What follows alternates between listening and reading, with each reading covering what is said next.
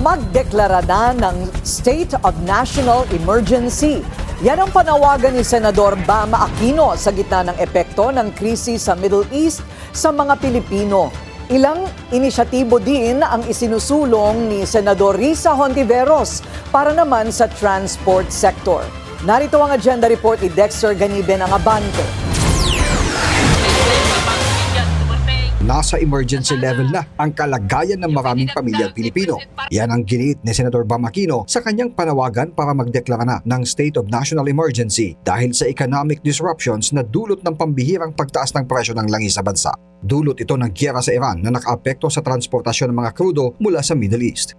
Mahalagang mag-declare na sila ng State of National Emergency dahil nasa emergency level na ang estado ng napakaraming pamilyang Pilipino. Nung tumaas yung presyo ng gasolina at diesel, ramdam na ramdam yan ng napakaraming Pilipino.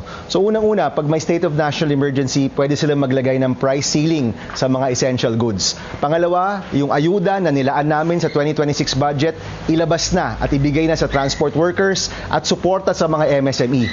Mahalaga na walang magsasarang negosyo sa panahon ng krisis na ito. Magbabantayan niya ang Senado sa oras na matanggal ang excise tax sa langis. Nabatay sa computation ni Senate Finance Committee Chair Win Gatchalian, pumatak na sa $97 per barrel ang 30-day average price ng Dubai crude hanggang kahapon.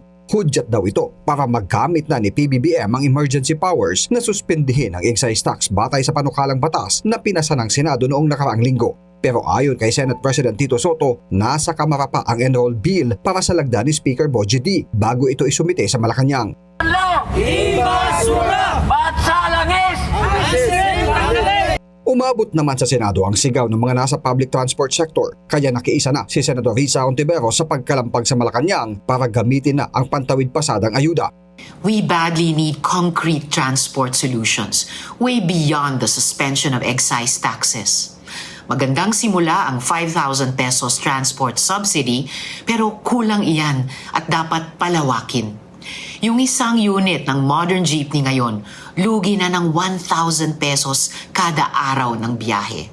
Isinulong din ng Senadora ang Expanded Service Contracting Program ng pamahalaan para tuloy sa pagbiyahe ang mga public utility vehicle. Isinusulong din niya ang 52.8 billion pesos na subsidy package kung saan 12 billion pesos nito ay para sa transport sector. Para sa agenda, Dexter Ganibe, Abante.